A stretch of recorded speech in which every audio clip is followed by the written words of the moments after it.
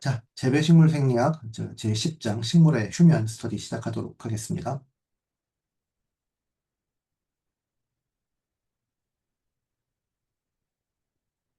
이제 식물의 일생에 대해서 나오는데요. 식물의 일생 중에서 우리가 알아야 될 게 생활환이라는 말이 있어요. 생활환이라는 말은 이제 자세한 교재를 읽어보시고 여기서 이제 이배체와 반수체라는 개념이 있고요. 이배체, 반수체. 그리고 이제 무성세대, 유성세대라는 말이 있는데 이 전체의 세대를 통틀어서 유성생식이라고 합니다. 만약에 그 무성세대로만 이루어진 생식을 요걸로만 생활환이 이루어진다면 무성생식이라고 할 거예요. 그런데 유성생식 전체가 무성세대와 유성세대로 이루어지고 요 그림이랑 이제 헷갈릴 수 있는데요. 요 그림은 딸기의 생활환을 그린 건데요. 여기 보면은 유성생식과 무성생식 두 개가 있죠. 딸기의 유성생식은 꽃을 중심으로 이루어지는 생식으로 이루어져 있고, 딸기는 또 그 런너라는, 기는 줄기를 통해서, 여기서 뿌리를 내려가지고 다시 새로운 개체가 생기는 그런 무성생식을 같이 하기도 해요. 요걸 좀 더 분석해서 보면, 여기서 이제 익숙하지 않은 말이 좀 나오는데, 이배체라는 말이 나옵니다. 이배체는 뭘까요? 몸이 두 개 있는 걸까요? 몸이 두 개 있는 거 아니고 한 사람 또는 한 생물체 안에는 유전자형이 두 개가 존재해요. 쌍으로 존재해요. 한쪽은 아빠한테 받은 거고 한쪽은 엄마한테 받은 거죠. 그래서 지구상에 자기 유전자를 가지고 그 어, 교배 번식을 하는 그런 생물체들은 전부 다 유전자를 쌍으로 가지고 있어요. 그럴 수밖에 없습니다. 가령 우리가 이제 밀 같은 게 있잖아요. 밀. 밀은 트리티쿰 스티봄이라는 학명을 가지고 있는데 이 밀이라는 놈이 여러 가지 품종이 있는데요. 그 중에 보통밀이라고 하죠. 보통밀이라고 하는 놈이 있어요. 보통밀은 식물에서 보통이 붙으면 좋은 겁니다. 이 보통밀이 우리가 먹는 빵밀이에요. 빵밀. 그런데 얘는 육배체예요. 자연적으로 형성된 육백체입니다. 누가 이렇게 만든 거 아니에요. 그런데 보시면 다 유전자가 한 쌍으로 되어 있어요. A도 두 개, B도 두 개, D도 두 개, 이렇게 한 쌍으로 되어 있어요. 스파게티 밀은 하나만 가지고 있는 이배체거든요. 얘도 보면 이배체지만 일단 쌍으로 되어 있죠. 요런 게 전부 다 이배체 또는 이의 배수체들이에요. 그래서 이배체라고 하기도 하고, 뭐 육배체도 있으니까 어떻게 보면 배수체라고 해요. 배수체. 이게 아빠한테 한 반, 엄마한테 반 받죠. 그런데 얘가 이제 생식을 하려고 보면 얘가 반으로 나뉘어가지고 하나는 각각 호자를 만들어서 배우자를 만들기 때문에 얘가 갈라져요. 그래서 그렇게 갈라지는 게 반수체입니다. 반이 A가 절반 있는 게 아니고요. A가 반으로 나뉘어서 반수체라고 하는 거예요. 그러고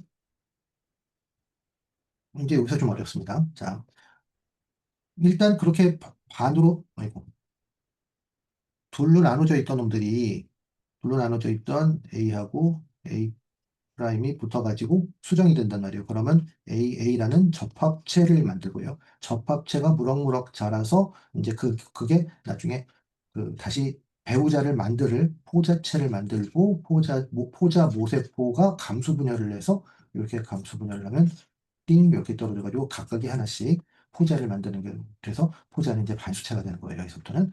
그런데 요거는 딱 꽃으로 말하면 꽃에 수술이나 암술 같이 반, 감수 분열을 하는 그런 조직에서만 이 반수체가 형성되는 거고요.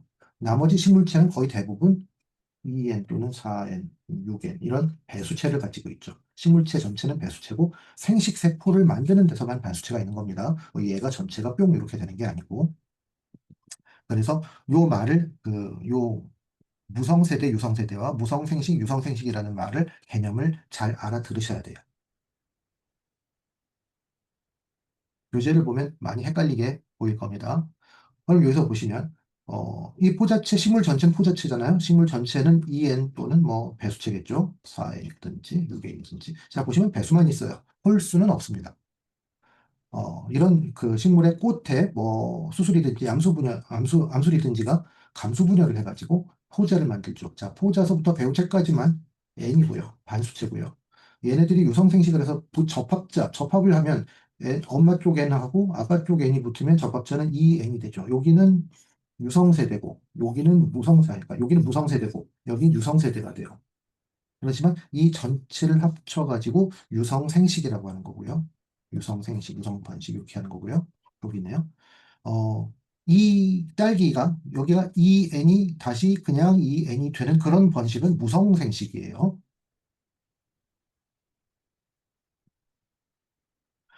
그게 문제가 이제 이렇게 나옵니다. 다음 중 핵상이라는 것. 핵상은 EN이냐, N이냐. 요걸 말하는 겁니다. 배수체냐, 반수체냐. 반수체는 두 개밖에 없어요. 호자하고 배우체입니다. 배우자, 배우자. 응? 배우체, 배우체도 되죠. 요런 밖에 없습니다. 그러면 포 자체는 EN이에요. 요거 헷갈리시기 쉬울 거예요. 그러니까 접합체 EN이고요. 포자체 EN이고요. 포자 모세포까지는 EN입니다. 모세포는 아직 감수 분열을 하기 전 세포예요. 그러니까 얘네들은 EN이고 배우체는 반수체죠. N이고요. 요런 뜻의 문제입니다. 1년 식물, 2년 식물하고 0년 식물 또는 이제 나무 같은 그런 게 나오는데요. 1년 식물은 어떻게 되냐면 여름형과 겨울형이 있어요. 여름형과 겨울. 여름형은 1년이 이렇게 있으면 봄, 여름, 가을, 겨울 이렇게 있으면요. 봄에 파종을 해서 가을에 씨를 맺는 놈이에요. 그런데 여기서 중요한 게 단일식물과 장일식물이라는 게 나와요. 단일식물은 뭐냐면 이 단일이 뭐냐면 그 해가 그러니까 해가 떠서부터 해가 질 때까지의 길이가 어느 기준보다 긴 걸 말하는 거예요. 그게 장애식물이에요. 자, 어느 기준은 식물마다 다릅니다. 그러니까 그러니까 낮이 밤보다 긴 그런 게 아니고요. 해가 비치는 기간이 어느 기준보다 많은 거. 어느 기준보다 많아지면 어떻게 되냐면 꽃이 펴요. 화분화가 일어납니다. 꼭 기억하실 건 뭐 8시간, 12시간 이런 시간이 나오면 틀린 답이에요. 어떤 기준보다. 그 기준은 식물마다 다 달라요. 그런데 여름형이라는 건 봄에 이제 씨를 뿌려서 가령 3월이라고 쳐요. 그래서 싹이 나오면 5월쯤 나오겠죠. 5월쯤 나와가지고 쬐끄만 놈이 크다가 어느 기준이 홀랑 넘어가면 낮이 짧아지기 시작해요. 낮이 짧아지기 시작하면은 식물체의 정단이 꽃눈으로 바뀝니다. 요 꽃눈으로 바뀌는 정단 분열 조직이 꽃눈으로 바뀌는 바로 그게 화분화예요. 그렇게 돼가지고선 얘가 열매를 맺죠. 제일 대표적인 게 벼예요. 벼는 대표적인 단일식물입니다. 그래서 봄에 심어서 가을에 추수하고 끝나는 거. 이게 1년생이에요. 그런데 1년생. 그런데 겨울형이 있어요. 겨울형은 봄, 여름, 가을, 겨울, 봄. 가을에 심어가지고 겨울을 통과하고 봄에 나는 거예요. 봄에 꽃이 피는 거예요. 그럼 얘는 어떻게 되냐면 해가 점점 길어지기 시작하면 그때 그 자극을 받아가지고 화합분화가 되기 때문에 얘는 장일식물이 돼요. 장일식물로 대표적인 게 보리밀등의 추파백류입니다. 추파백류는 시험에 대단히 많이 나오죠. 그러니까 추파백류를 봄에 심으면 어떻게 되냐 하면 날이 어느 정도 크니까 해가 짧아지기 시작해. 그러면은 얘는 꽃을 못 맺어요. 꽃을 못 맺으니까 이삭이 안 펴요. 자, 요 개념이 여러분이 제일 힘들어하는 개념이 되겠습니다. 그 다음에 2년생 식물이라는 게 있는데요. 2년생 식물이 이제 우리 이제 생리학 시험에서는 좀 많이 나는 편인데, 2년생 식물은 딱 요거예요.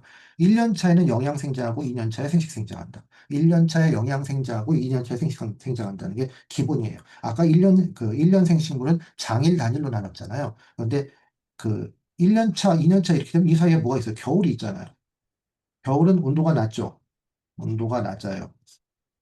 이 온도가 대단히 중요합니다. 그래서 이 온도에 의해서 얘네들이 어떤 자극을 받아요. 꽃이 피는 거죠.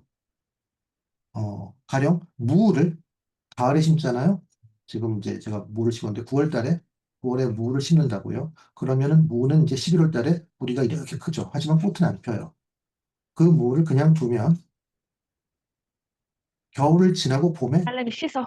꽃대가 쭉 올라옵니다. 꽃대가 쭉 올라오고 무가 이제 구멍이 숭숭 나죠. 왜냐하면 이 안에 있는 양분을 뽑아가지고 꽃대를 쭉 올리니까. 그래가지고 꽃대가 올라오면 여기서 무씨가 맺히겠죠. 여러분 무씨 맺힌 무 사다 먹지 않죠?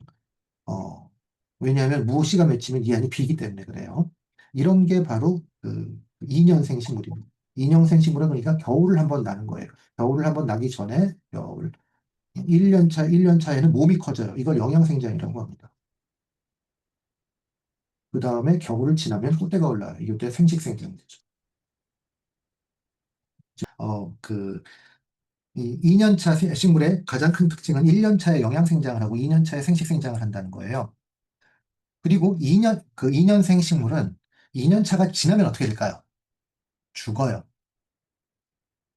그런데 월, 그 2년생 식물은 식물체 전체가 죽는 거고, 어, 뿌리는 살아있고 지상부는 죽었다가 다음에 다시 자라는 그런 식물은 그 2년생이 아니고 0년생 또는 숙근초 뭐 이런 것들입니다. 그러니까 자 여기서 문제에서 2년생 식물의 생활안에 대해서 가장 잘못 기술한 것은 자 문제를 잘 보세요 여러분. 왜냐하면 문제에 가장이라는 말이 있습니다. 요 가장이라는 말이 들어가면은 여러분이 신경을 바짝 써서 문제를 보셔야 합니다. 문제의 출제자가 낸 의도를 읽으셔야 돼요. 여기 중에 틀린 게 하나 이상 있을 수도 있어요. 하지만 제일 많이 틀린 거를 잡아내야 됩니다. 즉, 문제의 출제자가 뭘 원하는지를 꼭 보셔야 돼요. 이따가 그런 문제가 하나 나오거든요. 대개, 종자가 발한 1년 차에는 영양생장을 한다. 대개 나오면, 대개 그렇지 않은 게 하나쯤 있어도 대충 그러면 이 말은 맞는 거예요. 그죠? 1년 차가 끝나고 월동기간 지상부는 죽고 지하부는 살아. 자, 지상부는 죽고 지하부는 살아. 요건 아주 특징적으로 어떤 종류의 생활화를 갖는 식물을 말하는 거예요. 이거는 영년생 생을 말하는 거예요. 0년생은 영원히 산다는 말이죠. 2년생이 아닙니다.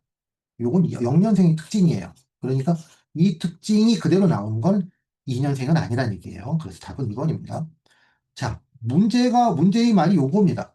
녹식물 형태로 추나 처리를 받는다. 어떤 게 있냐고 양배추. 양배추에 여러 형제들이 있어요. K라든지 양배추, 방울다닥이 양배추, 어쩌고저쩌고 이런 것들은 전부 다 녹식물 형태의 추나 처리를 받습니다. 양파.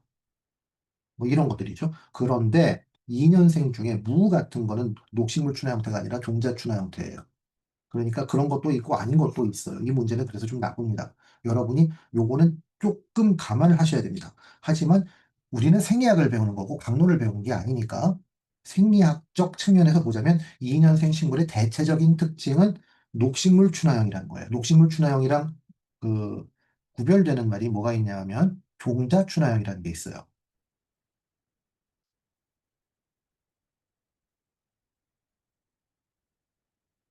이렇게 붙여서 그렇지 사실 크게 다를 건 없어요. 얘는 그 씨나 아니면 아주 조그만 싹에서 저온 영향을 받으면 얘가 금방 꽃이 피어요.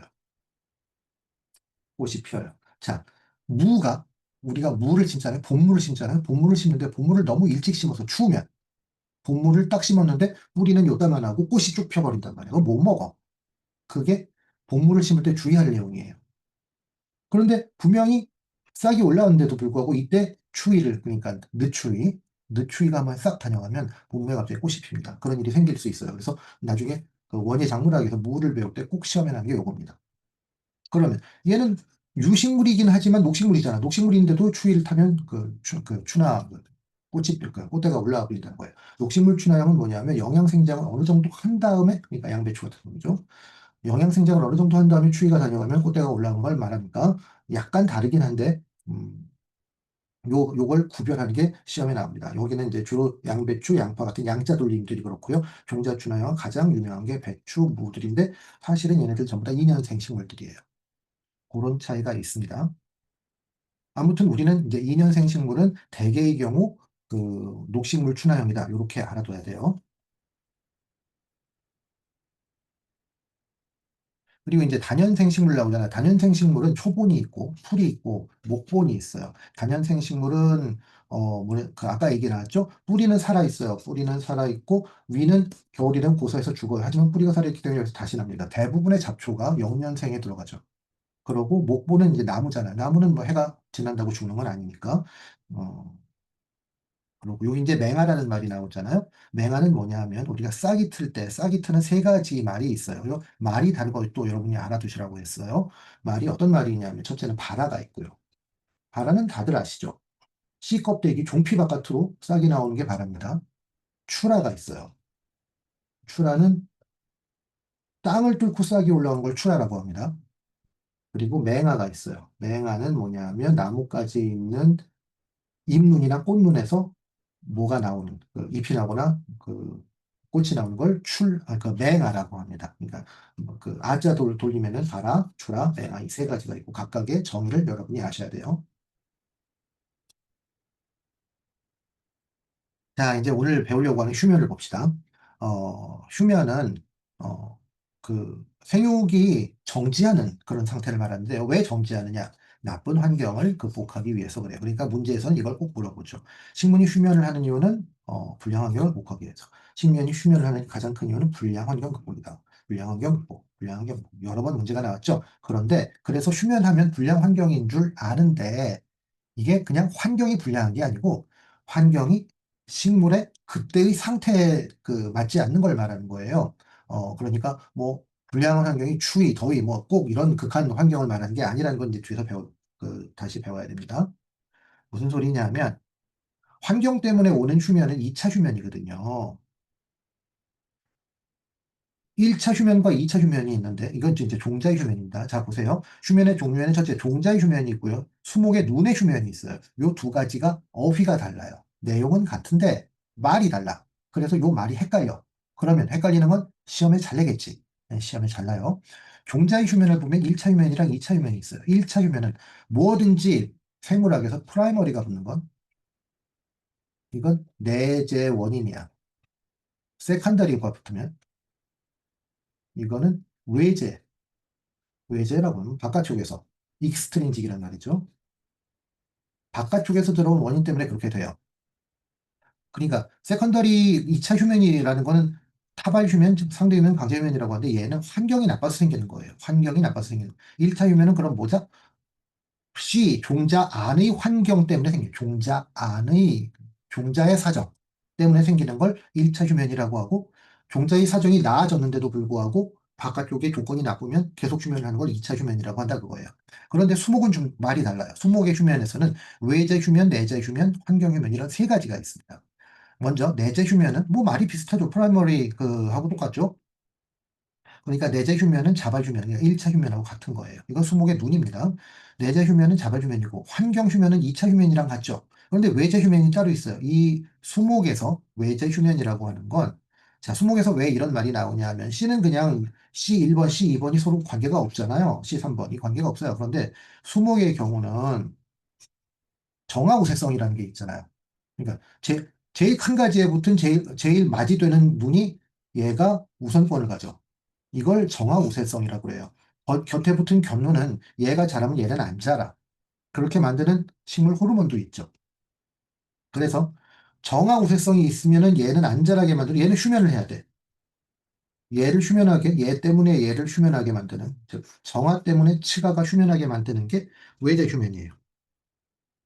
이건 이 눈이 자체의 성격 때문에 휴면을 하는 게 아니고 더 왕성한 눈의 영향을 받아서 휴면을 한다 해서 얘 외제 휴면이에요. 외제 휴면이 환경 휴면이 아니에요. 환경 휴면은 타발 휴면, 생태 휴면이고 외제 휴면은 얘는 의사 휴면, 가휴면이라고 하는데 정화 우세성 때문에 생기는 겁니다. 요 개념을 꼭 기억하시기 바래요. 시험에 여러 번 났네요. 보시면 수목에서 자 수목에서는 그럼 뭐가 있어? 외제 휴면, 내재 휴면, 환경 휴면인데 정화 우세성에 의한 휴면은 외제 휴면이다. 사실 요거밖에 시험에 안 난 것 같아요. 정화우세성은 외제휴면, 정화우세성 외제휴면. 식물의 1차 휴면에 해당하는 것은 뭐냐? 식물의 1차 휴면은 내재휴면이죠. 그거는 뭐예요? 자발휴면이 되겠죠. 자, 이렇게 이름이, 아니, 자발휴면이 아니, 자발휴면 맞죠. 이름이 여러 가지로 쓸 수 있는 건 꼭 기억하시라고 했어요. 식물의 휴면을 구분할 때 1차 휴면은 자발휴면, 자, 자발휴면은 내재휴면이고, 환경휴면은 타발휴면이고, 2차 휴면 환경휴면이죠. 얘는 타발휴면이고, 상대휴면이고, 강제휴면이고. 요렇게 씁니다. 말들이 어려운데 개념만 하시면 그렇게 어렵진 않은 겁니다. 자, 돌발 퀴즈로도 냈었네요. 휴면의 종류와 이 이유에 대해서 잘못 설명하고 1차 휴면, 1차 그러면 뭐든지 내면의 문제 때문에 생긴다고 했죠. 내면의 문제는 뭐 종자가 생리적으로 미성숙했다든지 뭐 종피가 두꺼워서 공기나 물이 안 들어갔다든지 이런 걸 말하는 거예요. 종자의 생리적 이유 때문이죠. 외제 휴면은 뭐예요? 불량 환경 아니죠. 이거 헷갈리기 쉬운데 외제 휴면은 정화우세성 때문에 생기는 거예요. 내재 휴면은 1차 휴면이랑 같은 말이죠. 생리적 이유. 2차 휴면은 뭐예요? 환경 때문에 생기는 거죠. 자, 이제 종자 휴면의 종류의 그 이유나 뭐 이런 거에 대해서 볼게요. 종자 휴면의 이유는 네 가지 또는 세 가지로 이렇게 구별을 하는데, 배의 미성숙, 인삼 같은 경우가 배가 미성숙하다고 그래요. 그래서 인삼은 꼭 후숙을 시켜준다고 합니다. 인삼 싹 틔우기 되게 어렵대요. 이 배의 미성숙과 생리적 원인은 생겨원인이 있대요. 봅시다. 그리고 두껍고 딱딱한 종피 때문에 불투성은 뭐냐 하면 공기나 물이 안 통한다는 거예요. 물이 들어가야지 씨가 이렇게 부풀어가지고선 지베렐린이 생산되기 시작하는데 그 껍데기가 너무 딱딱하면 물이 안 들어가요. 그래서 어떻게 하냐면 껍데기를 깨줘. 뭘로 깨주냐? 기계적으로 갈아준다든지 아니면 염산이나 황산이나 뭐 이런 데 담궈가지고서는 말랑말랑하게 만든다든지 뭐 그렇게 해요. 세 번째는 발화 억제 물질의 영향 때문에 그런데 발화 억제 물질은 여러 가지가 있는데 이제 뒤에 나오겠습니다만 아브시스산 같은 게 가장 대표적인 발화 억제 물질이고 그 말고도 쿠마린, 페놀산, 카테킨 등 요거 있는 거 시험에 납니다. 요거 발화 억제 물질은 또는 다음 중 발화 억제 물질이 아닌 것은 하고 시험에 납니다. 그래서 발화 억제 물질의 영향에 의하는데 특히 여기서 이제 또 알아두실 게 수박같이 수박은 95%가 물이잖아요. 그 안에 있는 씨는 물에 푹 절어 있는데 이 안에서 왜 수발화가 안 일어나느냐? 왜냐하면 수박의 과즙안에는 발화 억제 물질이 들어있어서 수박 안에서 싹이 나는 걸 막아줘요. 그런데 여러분 호박 요새 이제 저희가 호박을 수확할 텐데요. 늙은 호박을 수확하죠. 늙은 호박을 수확해서 배를 딱 깔라보면 씨가 벌써 나 있어. 발화 억제 물질이 다 빠진 거야. 그러면 이제 그 안에서 씨가 싹이 터 있습니다. 자, 다즙성 과실에 흔히 존재하는 발화 억제 물질을 가지고 있는 수박이 시험에 잘 나더라는 거 하고요. 발화 억제 물질들은 좀 알아두시라는 거 하고요. 경실 비율이 높아지는 환경 조건은 제가 정리해 봤는데 그렇게 외우실 필요 없고요.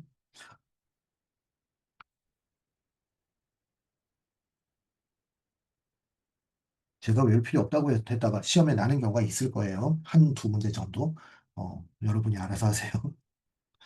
자, 수박의 과실 안에 종자가 발화하지 못한 이유 얘기했죠. 그 안에 발화 억제 물질이 있기 때문이다. 종자의 휴면에 관한 설명, 종자의 휴면이라고 분명히 얘기했어요. 틀린 것은 배의 미성숙과 생리적 원인이 맞지요. 두껍고 딱딱한 종피 때문에 불투성 맞지요.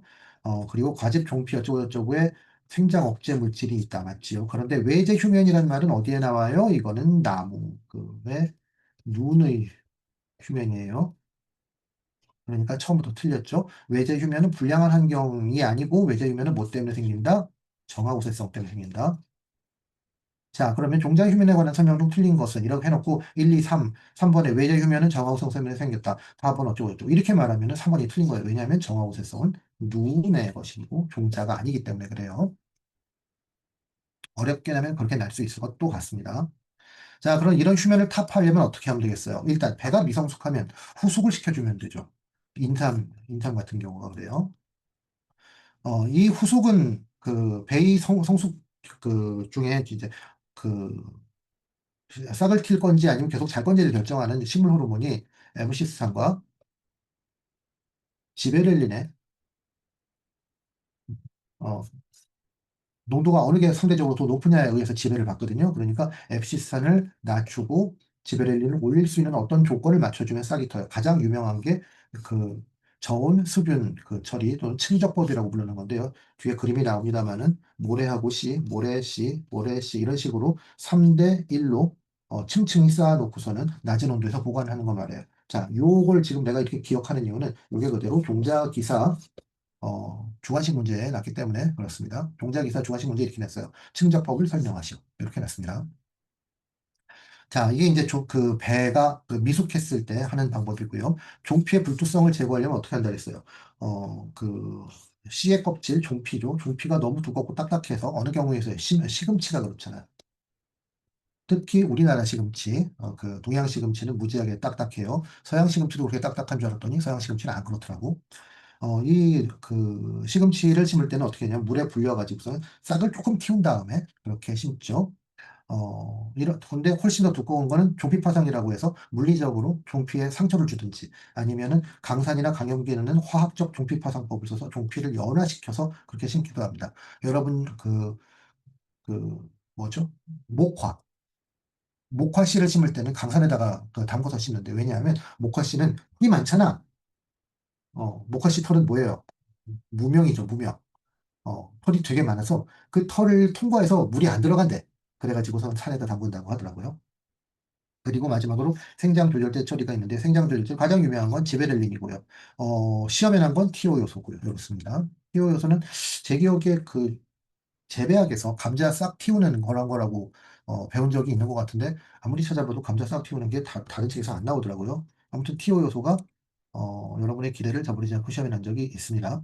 자, 요거는 이제 층적법의 그림이고요. 층적법을 이렇게 오래 하면 어느 시점을 지나서 갑자기 지베렐린 농도가 아니 확 올라가더라. 이런 걸 본 거고요. 그래서 층적법을 하면 어떻게 되냐면 아브시스탄이 떨어지고 지베렐린이 올라간다. 자, 요렇게 나왔습니다. 그러니까 요게 이런 식으로 시험에 나죠. 저온수분 처리 또는 충적 처리를 하면 발화가 촉진되는데 이때 내부 호르몬은 어떻게 되냐면 ABA는 감소하고 지베렐린은 증가합니다. 에비시스는 감소하고 지베렐린은 증가하죠. 이렇게 알아두셔야 됩니다. 충적법은 매우 매우 중요하고 여러 군데서 시험에 나고 심지어 종자 기사에서도 거의 매년 나는 문제이기 때문에 여러분이 잘 알아두시기 바랍니다. 종피의 불투성을 제거하는 방법으로 이제 늘 강조하는 내용이 한국 잔디 종자 휴면타파는 KOH로 한다. 요거 기억하세요. 요거 여기서만 나는 거 아닙니다. 그 생활원에서도 납니다. 요거는 뭐 여러분이 외우시라고 말하는 건 아니고요. 어떻게 되냐면 지베렐린이랑 앱시산이 동시에 있으면 얘는 발화를 해요. 그런데 지베렐린이 없고 압시산이 있으면 얘는 휴면을 해요. 뭐 대충 이 정도만 기억하시면 됩니다. 시토키닌은 지베렐린을 도와준다고 합니다. 우리가 시토키닌 단독으로는 있어도 지베렐린이 없으면 휴면을 하죠. 그런데 여러분이 뭐 그것까지 외우기를 바라는 건 아니고요. 지베렐린과 앱시스는 서로 기량을 한다. 뭐 그 정도까지만 기억을 하시면 되겠습니다. 자, 문제는 다음 물질 중 발화억제 물질이 아닌 것은, 자, 아까 나왔죠? 발화억제 물질 몇 가지 알아두라고 하셨는데요. 말씀드렸는데요. 문제는 여기서는 어렵지 않게 냈어요. 왜냐하면 지베렐린은 발화억제 물질이 아니라 싹을 틔우는 놈이죠. 근데 이렇게 쉽게 안 날 수도 있습니다. 자, 돌발 퀴즈에서는 이걸 물어봤네요. 발화억제 물질이 아닌 것은. 티오 요소는 촉진 물질이죠. 촉진하는 몇 가지를 기억하셔야 됩니다.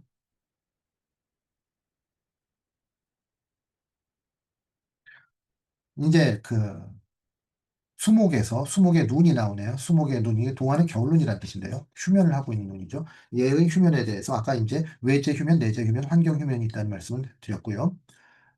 역시 여기에서도 압시스탄이 역할을 하네요. 그리고 자, 맹아를 촉진하는 것과 맹아를 억제하는 것이 어렵게 시험에 나면 시험에 날 수 있겠죠. 이 중에서 보시면 아까는 어, 그 발화를 촉진하는 물질 중에 어, 옥신이 있었잖아요. 그런데 옥신은 눈에서는 수목에서는 맹아를 억제해요. 이 옥신 물질이 이겁니다. NAA나 이사딘은 옥신 계열의 물질들이죠.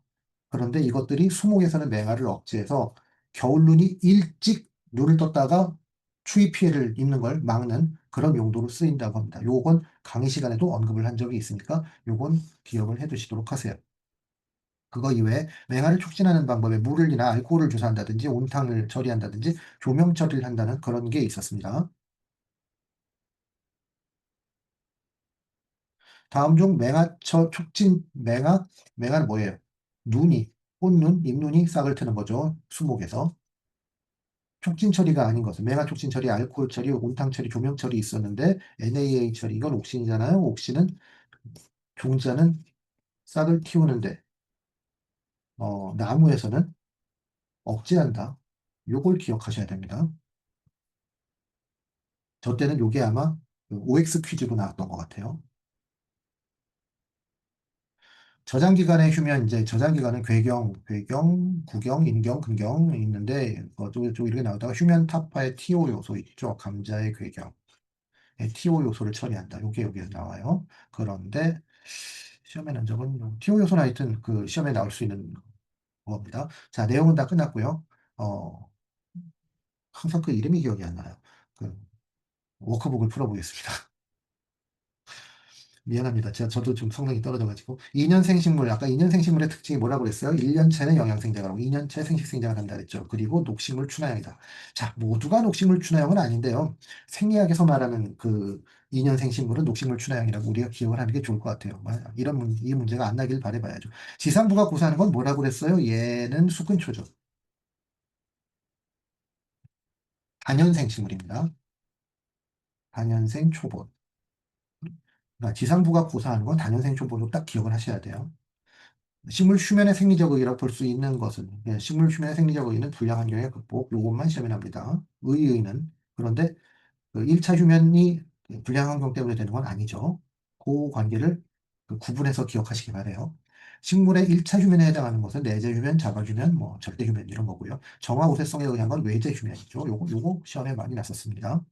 인삼종자는 뭐예요? 그 배의 그 불완전한 미숙한 배이기 때문에 휴면을 하는 거고요. 그래서 반드시 후숙을 한다고 했죠.